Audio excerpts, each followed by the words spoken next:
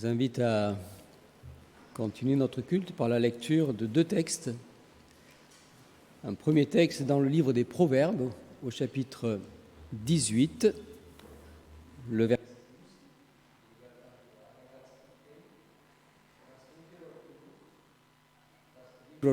Hamar.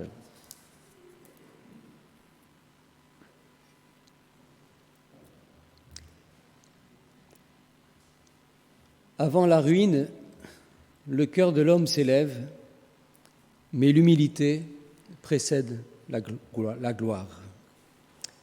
Et puis un second texte dans l'évangile de Luc, au chapitre 14, les versets 7 à 14. Rugasua vedaran yoterort, das no chorort kelur, yoterort amaren, minche das no chorort amarnera.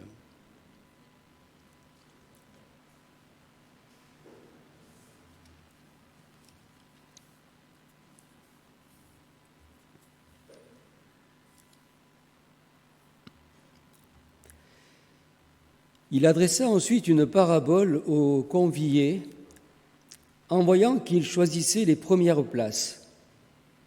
Et il leur dit : « Lorsque tu seras invité par quelqu'un à des noces, ne te mets pas à la première place, de peur qu'il y ait parmi les invités une personne plus considérable que toi et que celui qui vous a invité l'un et l'autre ne vienne te dire : cède la place à cette personne-là. Tu aurais alors la honte d'aller occuper la dernière place. Mais lorsque tu seras invité, va te mettre à la dernière place, afin que quand celui qui t'a invité viendra, il te dise : mon ami, monte plus haut. Alors, cela te fera honneur devant tous ceux qui seront à table avec toi. Car quiconque s'élève sera abaissé, et quiconque s'abaisse sera élevé. Il dit aussi à celui qui l'avait invité : lorsque tu donnes à dîner ou à souper, n'invite pas tes amis, ni tes frères, ni tes parents, ni tes voisins riches, de peur qu'ils ne t'invitent à leur tour et qu'on ne te rende l'appareil. Mais lorsque tu donnes un festin, invite des pauvres, des estropiés, des boiteux, des aveugles, et tu seras heureux de ceux qui ne peuvent pas te rendre l'appareil, car elle te sera rendue à la résurrection des justes. Car tout homme qui s'élève sera abaissé, et celui qui s'abaisse sera élevé. Avouons que cette parole est un peu étonnante. Elle est à l'inverse de la logique humaine, à l'inverse de la pratique courante dans notre monde, une pratique qui a toujours régi les relations humaines depuis la nuit des temps. Elle est étonnante, cette parole aussi, car avouons-le, les choses ne se passent pas toujours comme cette parole le dit. Dans notre monde et dans la réalité de nos vies, avouons que les choses ne se passent pas toujours ainsi. Certains s'élèvent toujours plus, sans être jamais abaissés. D'autres s'abaissent toujours plus, sans être jamais élevés. Avouons que la parabole dite des invités que nous venons de lire ne fonctionne pas toujours. Il n'y a pas toujours quelqu'un qui nous dit « monte un peu plus haut », et plutôt « descends un peu plus bas », afin que moi je puisse monter un peu plus haut. C'est ainsi que notre monde fonctionne. Ce qui, in fine, encourage les orgueilleux à être toujours plus orgueilleux et finalement décourage ceux qui sont humbles finalement ou qui veulent l'être à se laisser toujours écraser. Il est vrai qu'il serait bon que notre monde médite cette parabole. Il serait bon aussi que nos dirigeants méditent cette parabole, en commençant par ce que l'on nomme les grands de ce monde, qui mènent ce monde à sa perte, en générant d'innombrables souffrances chez les petits, comme on dit, les petits peuples. On peut penser au sort des minorités dans notre monde, on peut penser à certains peuples victimes des intérêts des grands, comme l'Arménie, comme l'Ukraine, comme tant d'autres minorités dans le monde, qui sont victimes finalement des jeux des plus grands. Et on a l'impression que ce sont toujours eux finalement qui auront le dernier mot. On se demande quand est-ce que les petits seront élevés et les grands seront abaissés. Mais au-delà de cette question sur laquelle nous avons peu de main là-dessus, quel message recevoir ce matin pour nous? Que veut dire s'élever, s'abaisser?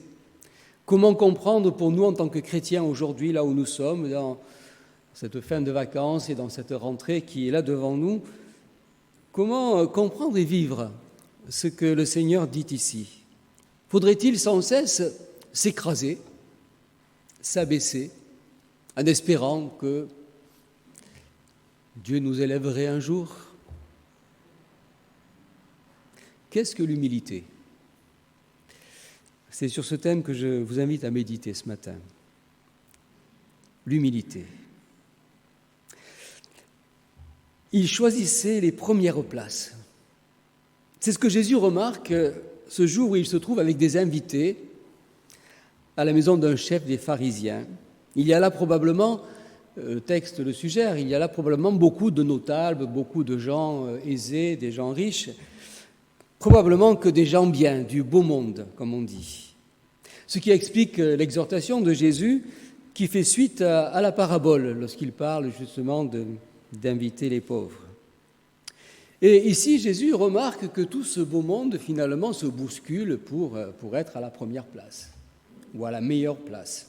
Un peu comme dans ces rencontres officielles où parfois on se trouve et où chacun se joue du coude ou se pousse un petit peu pour pouvoir être devant, pour pouvoir peut-être saluer le président de la République ou je ne sais, pour être vu, pour être photographié, pour pouvoir passer ensuite dans les médias, dans les revues ou à la télé, je ne sais.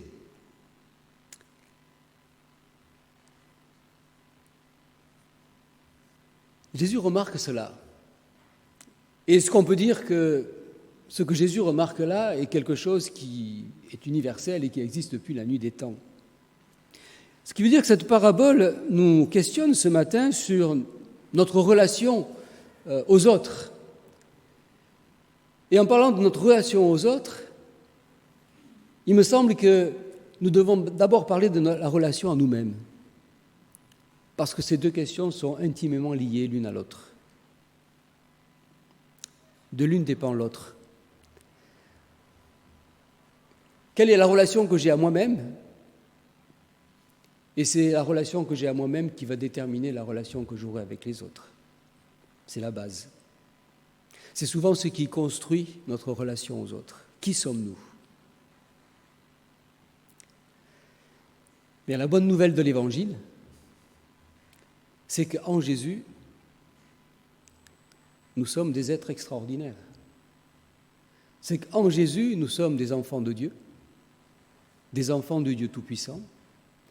En Jésus, Dieu a fait habiter son esprit en nous. En Jésus, nous sommes des amis de Dieu. En Jésus, on pourrait dire que nous avons tout. C'est extraordinaire d'être enfant de Dieu, une nouvelle créature, de se savoir aimé par Dieu, de se savoir aimé au point qu'il a donné son Fils pour nous. C'est extraordinaire. C'est ça notre identité. Nous sommes des gens extraordinaires. Mais attention, il n'y a pas de quoi s'enorgueillir, il n'y a pas de quoi pavoiser. Et c'est là où il ne faut pas se tromper.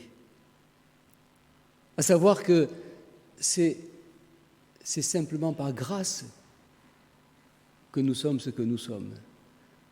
Que nous puissions dire nous aussi, comme l'apôtre Paul l'écrit, « Par la grâce de Dieu, je suis ce que je suis, et sa grâce envers moi n'a pas été vaine. » Il me semble que c'est cela la véritable humilité. L'humilité dont il est question ici.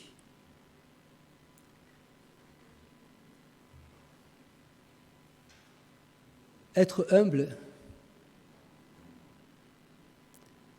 ce n'est pas se sous-estimer, ce n'est pas s'écraser, ce n'est pas s'abaisser, ce n'est pas s'enfermer dans une sorte de découragement qui nous mène à la déprime, ce n'est pas sans arrêt se dévaloriser aux yeux des autres. Ce n'est pas ça l'humilité. Être humble, c'est reconnaître ce que l'on est par grâce devant Dieu. Et c'est vivre dans la reconnaissance et dans la gratitude de ce que nous sommes en Jésus, des enfants de Dieu, des êtres aimés par Dieu, des êtres gardés, protégés, conduits, entourés par le Dieu Tout-Puissant. Être humble, c'est cela. C'est avoir conscience de la grâce de Dieu pour nous.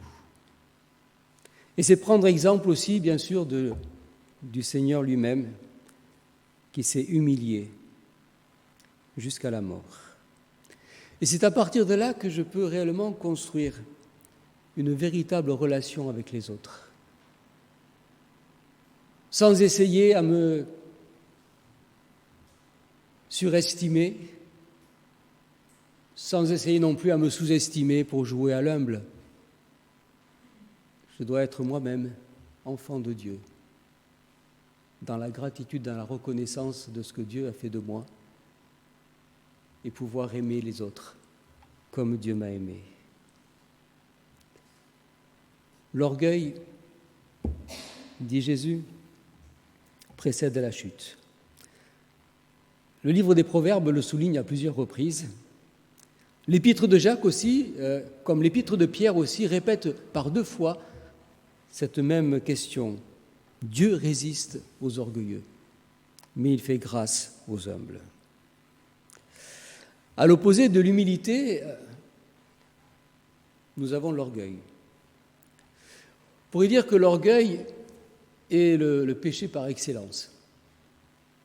C'est lui qui a fait chuter le malin, qui voulait être au-dessus de Dieu, ce qui veut dire que finalement l'orgueil, c'est de vouloir être au-dessus de Dieu. C'est lui qui a entraîné aussi la chute de l'humanité dans le jardin d'Éden, en disant à la femme, vous serez comme des dieux. Et c'est vouloir être comme des dieux, d'être orgueilleux. Et l'histoire de l'humanité aussi nous montre bien des exemples de monarques ou de dictateurs qui parfois se sont pris à être comme des dieux et auxquels Dieu a résisté au bout d'un certain temps. Parce qu'il arrive toujours un temps où Dieu intervient.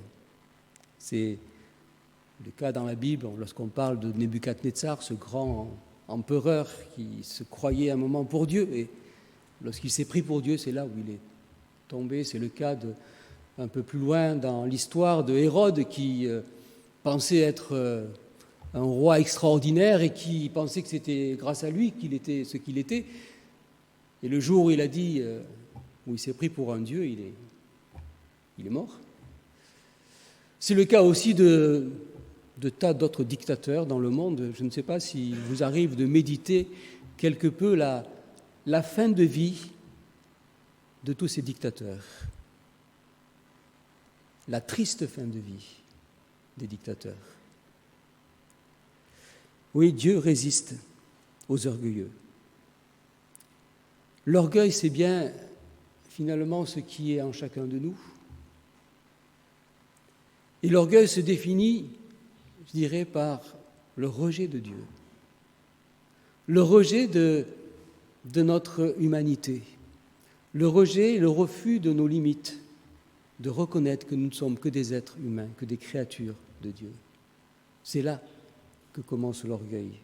À nous d'être vigilants, de ne pas tomber dans ce piège, de penser et croire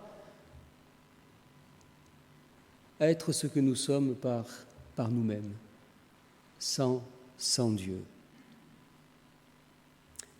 Et pour finir, Jésus va donner une exhortation à son hôte.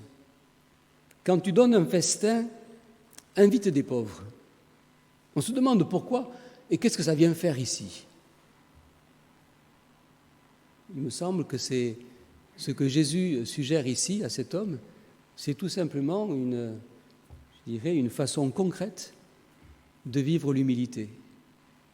Une façon concrète, c'est-à-dire de ne plus se mettre au-dessus des autres et de ne plus seulement vivre sa vie dans un entre-soi avec ses semblables, mais c'est de s'ouvrir aussi aux autres, à ceux qui sont moins favorisés que nous, à ceux qui ont un statut social différent du nôtre. C'est se mettre aussi à la portée de tous. Car pour Dieu, et c'est la bonne nouvelle, pour Dieu, tous les hommes sont égaux. Pour Dieu, il n'y a pas de privilégiés ou de non-privilégiés. Il n'y a pas de gens compétents et des gens incompétents. Il n'y a pas des grands, des petits, des riches, des pauvres. Pour Dieu, il n'y a que des êtres humains, tous égaux, qu'il aime tous de la même façon, et pour qui Jésus est mort de la même façon. Et c'est ainsi que Dieu agit envers le monde, et c'est ainsi qu'il nous demande à nous aussi d'agir.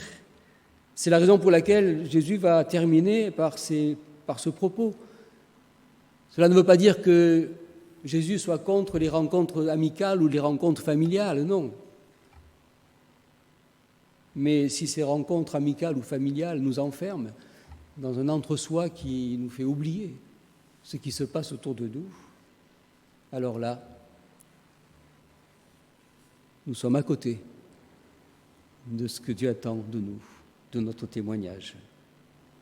Nous sommes invités, nous, à être des témoins de l'Évangile, des témoins de cette bonne nouvelle qui, justement, considèrent chacun de la même façon et qui va même jusqu'à considérer ce que le monde ne considère pas.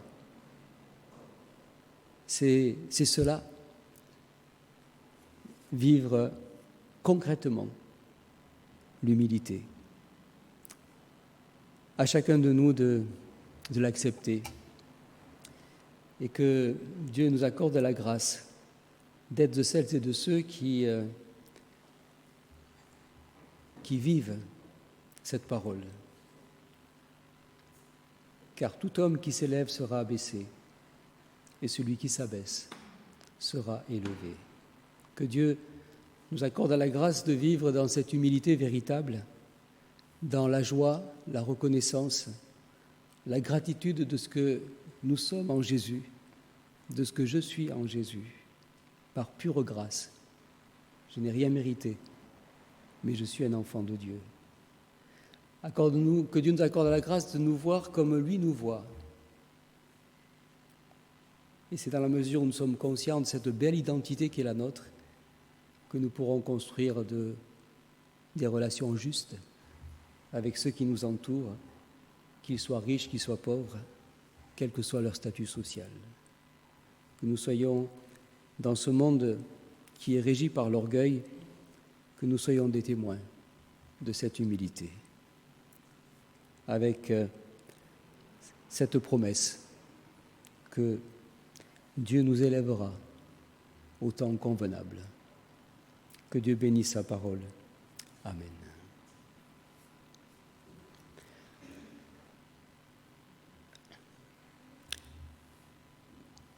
Kanimo խոսք հայերենով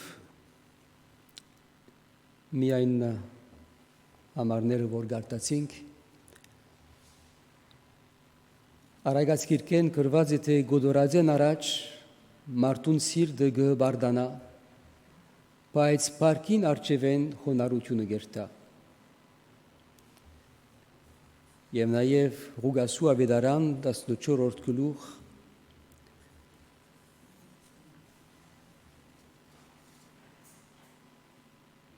7-րդ համարեն Արագ մսավ հրավիրված մարդոցալ երբ դեսավ թե ինչպես առաջին բազմոցները գնդրեին Երբ մարդեմը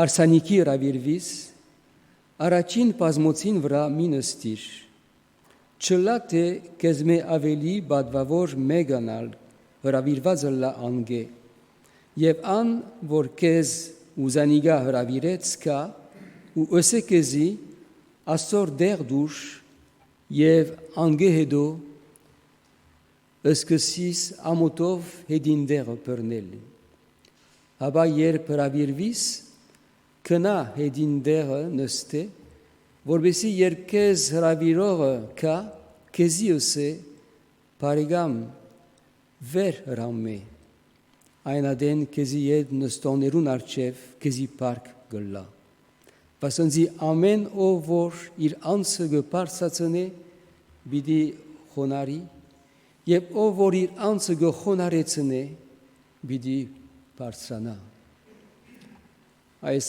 արագը մեզ գկաչալեր է խոնարության։ Եվ Աստվածաշունչը գսե մեզի թե ինչ է ճշմարիտ խոնարությունը։ Ճշմարիտ խոնարությունը մեր ինքնությունը ճանչնալն է, գիտագիծը լալ, թե մենք Քրիստոսով Աստծո զավակներ դարձած ենք, և քանի որ մենք Աստծո որդիներ դարձած ենք Քրիստոսով, մենք Աստծո փառք տալու ենք։ Եվ Աստծո փառք տալով մենք ուրիշներուն հարգելու ենք, ինչպես Աստված մեզ գհարգե, ինչպես Աստված մեզ սիրեց։ Այդ է ճշմարիտ խոնարհությունը։ Ճշմարիտ խոնարհությունը գիտագիծը լալ մեր ինքնության Աստծո դիմաց։ Եվ երբ որ մենք գիտագիծ ենք, թե Աստծո զավակներ դարձած ենք, այնադեն կարելի է մեզի համար ուրիշներուն հետ ապրիլ, ինչպես Աստված գուզե, առանց փորձելու առաջին դեղը առնելու կամ առանց փորձելու մարդոց դեղը առնելու, այդ է, որ աշխարհի մեջ գլա, և մենք իբր հավատացյալներ բոլորովին տարբեր ձևով վարվելու ենք։ Դերը դա, որ մենք սորվինք վարվել այս ձևով, այս աշխարհի մեջ, որբեսի վգաները լանք Քրիստոսի խոնարհության։ Դերը օրհնե իր խոսքը։ Ամեն։